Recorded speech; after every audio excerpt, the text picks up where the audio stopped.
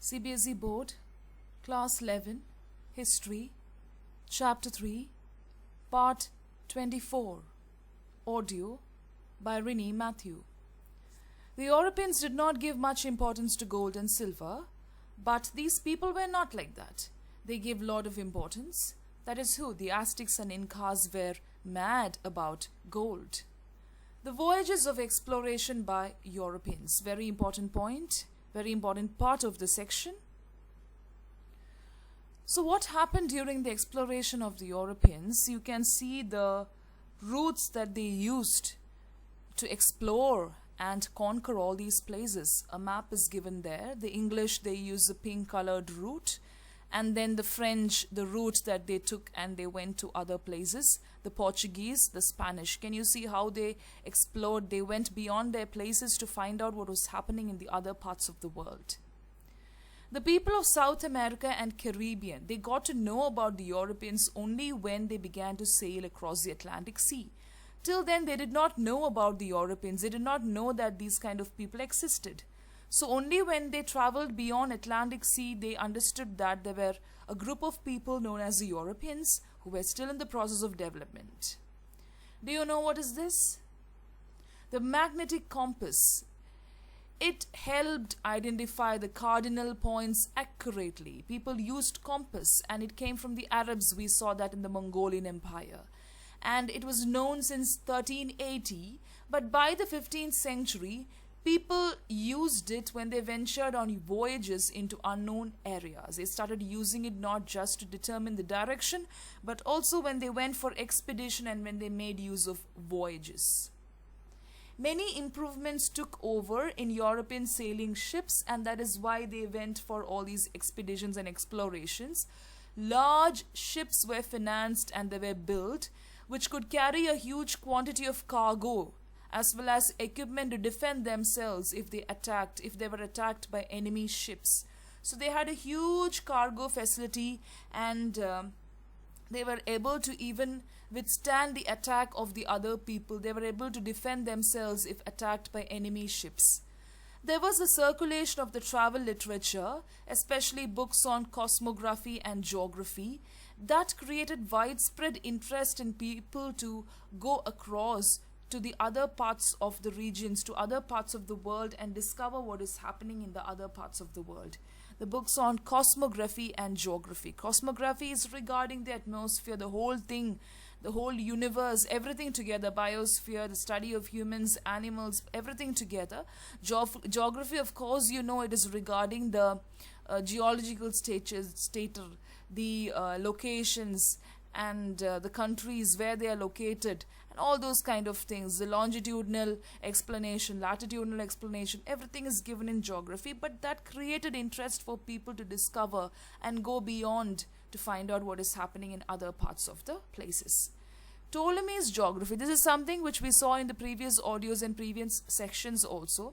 It was written 1300 years earlier. It became available in print and thus came to be widely read. Ptolemy's geography was very famous in those days because it gave an accurate description on the cosmography and geography, throughout the 15th century, and it helped the people to go beyond and travel and understand what happened. According to Ptolemy, he was an Egyptian, the regions of the world were arranged in terms of latitudes and longitudes, the base of geography. That is what Ptolemy said, and that's why it was very famous. Now, reading these texts, the Europeans got some knowledge of the world when they read these texts, and they understood that there are other continents like Europe, Asia, and Africa from Ptolemy's text. This is Ptolemy, the picture is given here. And he had suggested that the world was spherical, but he underestimated the width of the oceans. He was not able to understand about the depth and width of the oceans, but he only told that the world was spherical. And Europeans till then did not have any idea on the distance that they have to travel in the Atlantic before they reached land. Everything was a process of exploration for them. They had no idea on anything. They did not have any idea on traveling or what happened in the Atlantic before they reached land. So they imagined that it would be a very short voyage when they started traveling in the Atlantic. They did not know that it was really wide and deep. And Ptolemy did not give much explanation in his book also. They just read Ptolemy's book and they started their expedition. But later they got to know that the oceans are something which we cannot fathom. It's so wide and deep and mystic. So short voyage, that is what they thought. And there were many who were ready to venture forth recklessly beyond the known seas. But they had that interest to go and find out what happened beyond the known seas. It was a kind of expedition, a mystery, and they had so much of vigor and interest in it. People from the Iberian Peninsula, the Portuguese and the Spanish, these people were the pioneers or the starters in the 15th century voyages of exploration. The Iberian Peninsula, the Portuguese and the Spanish people. And these voyages were known as the voyages of discovery, especially the Portuguese and Spanish people who belonged to the Iberian Peninsula. And later what happened to the historians? They argued that these were not the first voyages that made people of the old world. It is not that only through these voyages they were able to understand what happened in the Atlantic Ocean and beyond that. Arabs, Chinese, Indians, they have navigated vast stretches of ocean and sailors from the Pacific Islands. The Polynesians and Micronesians had made major ocean crossings. So it's not only the Portuguese and the Spanish people who helped us to understand what happened beyond the oceans and seas, but of course the Arabs, Chinese and Indians also has got a hand in it. The Vikings of Norway had reached North America in the 11th century. So in the 11th century they came to North America, the Vikings of Norway. Look at the Vikings. This is a picture taken from a film which is titled as Vikings. It shows exactly how the Vikings dressed and how they inhabited different places. And these people, as you know, when you read history, you will know that Vikings were very powerful. They did not give up easily. It was difficult for even the English people to withstand them. You have two important questions in this session. Why were Spanish and Portuguese rulers in particular so receptive to the idea of funding a maritime quest? Why were they so important? Why this maritime quest or maritime exploration was very important for the Spanish and Portuguese rulers? Why did they have to go for these kind of explorations? What produced so much of passion for gold and treasure? Why people were behind gold and treasure? Why they wanted to find out what was happening behind these things? What was the quest? That is the meaning of these questions. So we can find the answer to these questions in a combination of three motives: economic, religious and political. So all these things combined together will give an answer to why they had this quest or why they had the passion for gold and treasure. It is because of economical, religious and political reasons and how the Vikings took over it. Very important. Okay. So European economy went through a decline from the mid-14th to the mid-15th centuries. There was a great decline which took place from one century to the other. Plague and wars led to depopulation in many parts. Because of plague and wars, so many places were uprooted, especially in Europe. Trade grew slack, and there was a shortage of gold and silver used for making European coins. So because of plague and because of war, this is a situation that we have even now. Everything came to a standstill. There was shortage of metal, of gold, silver, and trade just grew slack. It was slackening, it was deteriorating. People could not be dependent on trade, and they used European coins. They started using this metal and everything, but now because of the shortage of gold and silver, they were not able to make European coins. So, this situation was a great contrast. It was a great picture of contrast to the realities in the preceding period, because in the preceding period, what happened? From the 11th to the mid-14th centuries, there was growth in trade. Trade flourished, and it supported Italian city-states and led to the accumulation of capital. All the Italian city-states were supported and led to the accumulation of capital. They got money, and we saw that because of the growth of trade, economy the society, the culture, everything flourished. There was a great change in all these things. What happened in the late 14th century? Long distance trade declined. Because of all these reasons, they did not want to undertake long distance trade, and then it became very difficult after the Turks conquered Constantinople in 1453, because after that, a lot of restrictions were imposed on Constantinople. It was not easy to establish or even to carry on with the trade. But still, the Italians were very clever. They managed to do business with Turks, but were now required to pay higher taxes on trade. It was becoming very expensive. It was not like the earlier days where they had to pay huge amount and huge taxes on trade, which was not very easy. But still they managed to do it. Many people were brought into the fold of Christianity. It is not for the religion that I am speaking, but the wrong ideas which Christianity propounded in the name of Christ or in the name of religion. Religion is different from what is followed.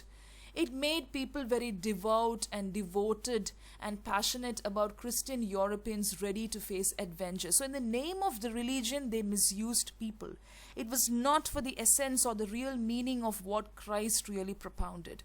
So in the name of wrong ideas, they forced people to take part in explorations and also to go forth with the adventure. And we also saw what happened in the Crusades against the Turks. It began as a religious war, but it eventually increased Europe's trade with Asia. And it also created a taste for the products of Asia, especially spices. It's only because of the Crusades they had developed all these contacts.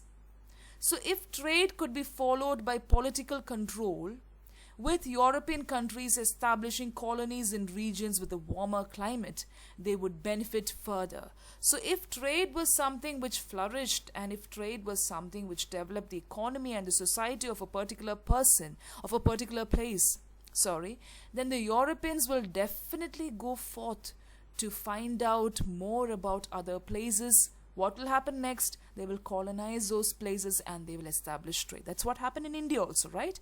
So when they started exploring the Far East and the other parts of the world, they understood that they could easily take over these colonies and that they could establish trade. So that was the most important point here. When we start thinking of new regions where gold and spices might be found, one possibility was West Africa. Europeans went and looted Africa. It was a land of gold where Europeans had not traded directly so far. So till now they did not trade directly with Africa, but now they understood that something was happening in Africa and that new regions of gold and spice could be found in West Africa where Europeans had not traded directly so far. So Portugal was this very small country, and it gained independence from Spain since 1139, and they developed fishing and sailing skills which took the lead. So Portuguese were made use of by the Europeans. They had all these skills because after getting independence they started training themselves in fishing and sailing skills. So because of that, the Portuguese explorers were made use of by the emperors, the European emperors, to go and expedite, to understand what happens in the other parts of the world. Prince Henry of Portugal, he was called the Navigator. He started organizing coasting of West Africa and attacked Ceuta in 1415 because they understood that something was to be found in Africa. Africa was hiding a lot of resources and they decided to loot Africa. So they started organizing expeditions to West Africa. Which prince? Prince Henry of Portugal. He was also skilled in all these routes and expeditions. After that, more expeditions were organized and the Portuguese established a trading station in Cape Bojador in Africa. So this was the first trading station developed in Africa. The name is Cape Bojador. The Africans were obviously and gradually captured and enslaved, and gold dust yielded the precious metal. So they used the natives to take all this gold dust, to dig out everything, okay, because they will know better, they will know about the topography of the land better than the Europeans. So they made use of the African slaves, and they actually put them to toil. In Spain, economic reasons discouraged individuals to become knights of the ocean. So they were not allowed to become knights or dominate with power. So memory of the Crusades were still it was still lingering over the Europeans, and they knew that if they establish trade, they will be able to flourish beyond description. And the success of Reconquista fanned private ambitions and gave rise to contracts known as capitulaciones.